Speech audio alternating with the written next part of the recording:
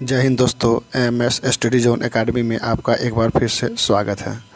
M S study zone academy में आपका एक बार फिर से स्वागत है। तो हम लोग थाना सरिस्ता के अंतर्गत जो कार्य है अर्थात थाना सरिस्ता के अंतर्गत जो भी आपके पीएम रूल है या जो भी आपके पीएम फॉर्म है सब एक ही वीडियो में मैं उपलब्ध करवा दे रहा हूं। और मैं वही पीएम रूल बता दे रहा हूं जो कि सबसे ज़्यादा इम्पोर्टेंट है और जो आपके एग्ज़ाम में निश्चित रूप से पूछे जाएंगे। मेरे एग्ज़ाम में भी बहुत सारे प्रश्न इससे पूछे गए थे। तो यह वीडियो नंबर 3 है। तो अगर आप इस चैनल पर नए हैं तो चैनल को लाइक शेयर एंड सब्सक्राइब ज़रूर करें। तो चलते हैं अपने पहले पीएम रूल पर।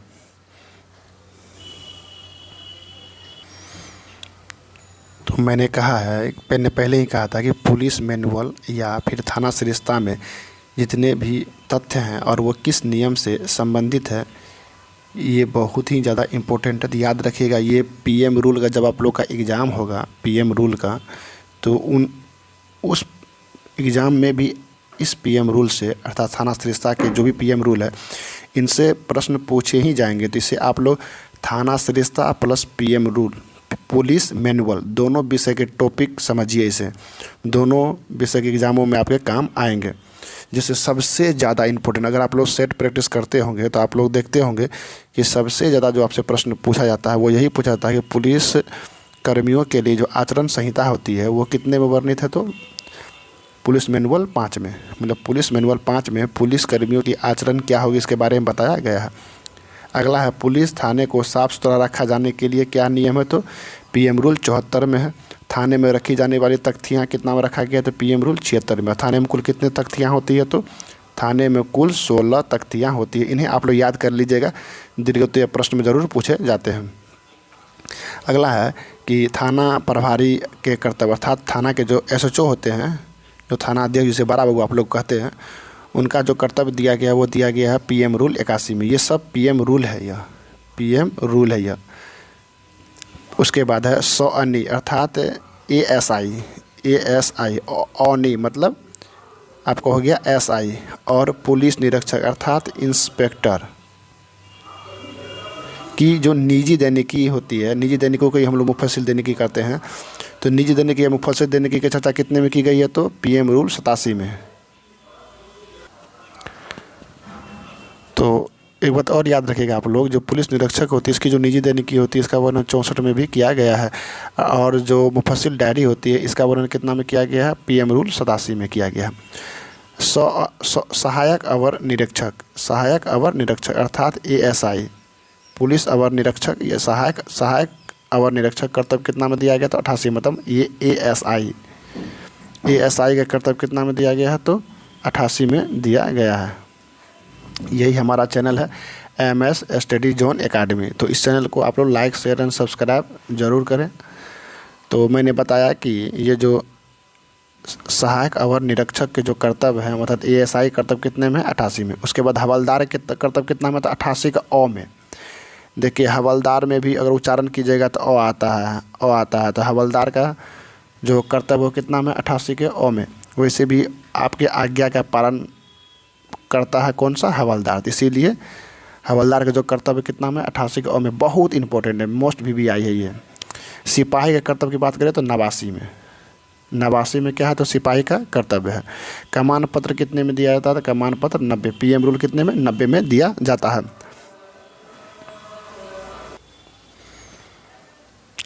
तो अगला है कमान पत्र कितने में वर्णित है। तो कमान पत्र पीएम रूल 90 में वर्णित है।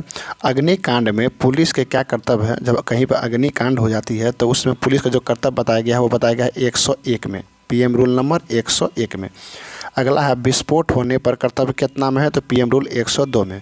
अगर कहीं पर विस्फोट हो गया है तो पुलिस का जो कर्तव्य का वर्णन किया गया है वो कितना में किया गया है। तो पीएम रूल नंबर 102 में।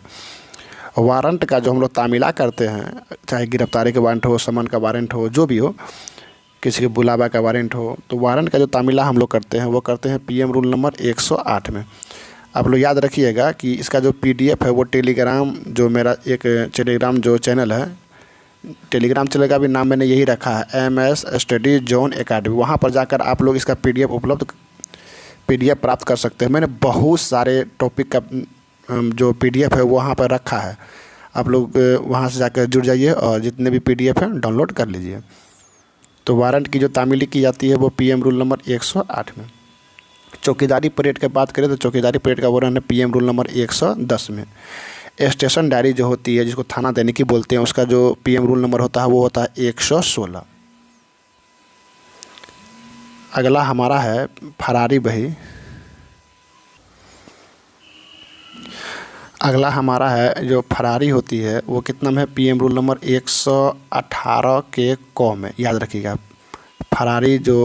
फरारी की जो चर्चा की गई है वो 118 के क में, लेकिन फरारी अगर बही की बात की जाए तो फरारी बही की चर्चा की गई 118 के ख में। याद रखिएगा, फरारी बही है 118 के ख में और फरारी जो है वो है 118 के क में। प्रथम इतला रिपोर्ट अर्थात FIR जो हम लोग दर्ज करते हैं वो PM रूल नंबर कितना में, तो 143 में, 143। हाक डाक सूचना, ये जो हाक डाक सूचना होती है वो कितना है, PM रूल नंबर 151 में। याद रखिएगा, PM रूल नंबर कितना है, तो 151 है। अपराध निदेशिका का जो उपयोग हम लोग करते हैं वो कितना में करते हैं, PM रूल नंबर 163 में करते हैं। केस डायरी, जो आप लोग थाना में जब आइएगा तो आप लोग प्रत्येक केस का एक केस डायरी लिखिएगा। तो हम लोग जो केस डायरी लिखते हैं वो PM रूल नंबर कितना के अंतर्गत लिखते हैं, तो PM रूल नंबर 164 के अंतर्गत हम लोग लिखते हैं। किसी भी घर की अगर हम लोग तलाशी करते हैं तो PM रूल नंबर 165 के अंतर्गत हम लोग किसी भी घर की तलाशी करते हैं। संपत्ति की पहचान करने की बात अगर आती है तो PM रूल नंबर 166 के अंतर्गत हम लोग क्या करते हैं, किसी की संपत्ति की पहचान करते हैं। मृत्युकालीन जो कथन होती है, मृत्युकालीन कथन जो है वो PM रूल नंबर 169 में है। कितना में है, तो 169 में PM रूल नंबर की चर्चा की गई है। अगला हमारा है गवाहों का बयान। जो गवाहों का जब हम बयान लेते हैं, मान लीजिए कोई घटना घटित होती है तो हम लोग गवाहों का क्या करते हैं, बयान लेते हैं। तो इसका जो प्रावधान है वो PM रूल नंबर 170 में हम लोग किसी भी गवाह का बयान लेते हैं। अभियुक्त की गिरफ्तारी, अभियुक्त की गिरफ्तारी का वर्णन PM रूल नंबर 171 में है। 171 में जो दिए गए प्रावधान है उनके अंतर्गत हम लोग किसी भी अभियुक्त की गिरफ्तारी करते हैं।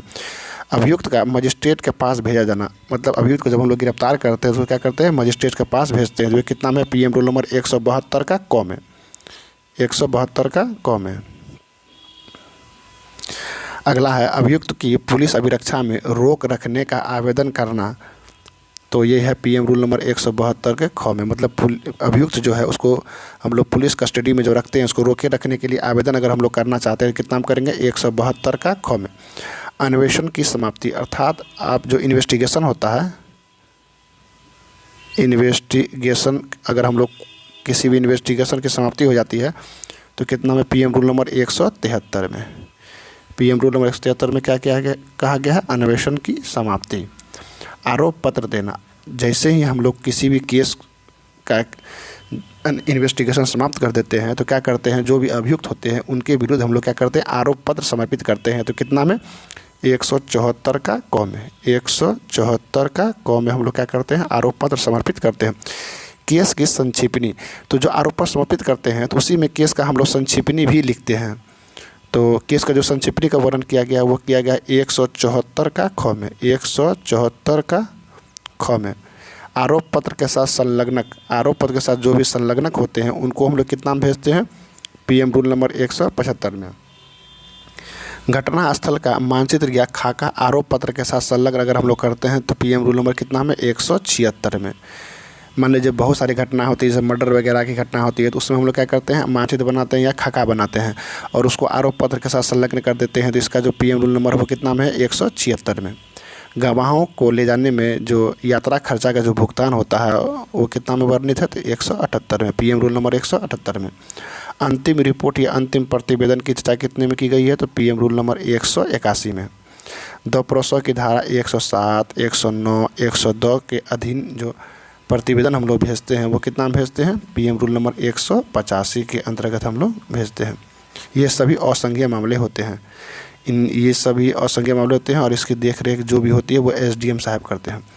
मृत्यु, अकाल मृत्यु में प्रथम इतला रिपोर्ट जो हम लोग भरते हैं 199 का क में। ये बहुत बार पूछा गया है कि अकाल मृत्यु या अस्वाभाविक मृत्यु जो होती है उसके बाद जो हम लोग FIR भरते हैं 199 के क में। केस जारी लिखना कब आवश्यक होता है, तो 200, PM रूल नंबर 200 जब कोई घटना घटित होती है और उसकी एफआईआर हो जाती है और जब ये केस किसी आयोग को मिलता है तो आयोग क्या करते हैं, केस डायरी लिखते हैं। तो उनको जो प्रावधान दिया गया है वो कितना में, पीएम रूल नंबर 200 में। सबसे इम्पोर्टेंट यही प्रश्न है आपका VVI, याद रखिएगा कि पुलिस अभिरक्षा में अर्थात पुलिस कस्टडी में अगर किसी की मृत्यु हो जाती है तो इसका जो वर्णन किया गया है वो किया गया है पीएम रूल नंबर 203 में।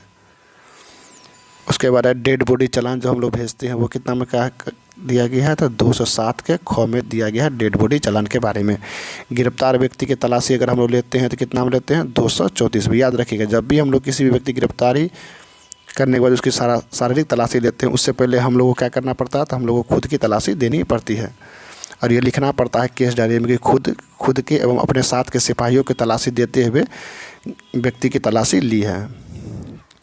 तो इसी के साथ आज के वीडियो को समाप्त करते हैं। अगर आप इस चैनल पर नए हैं तो चैनल को लाइक शेयर एंड सब्सक्राइब जरूर करें।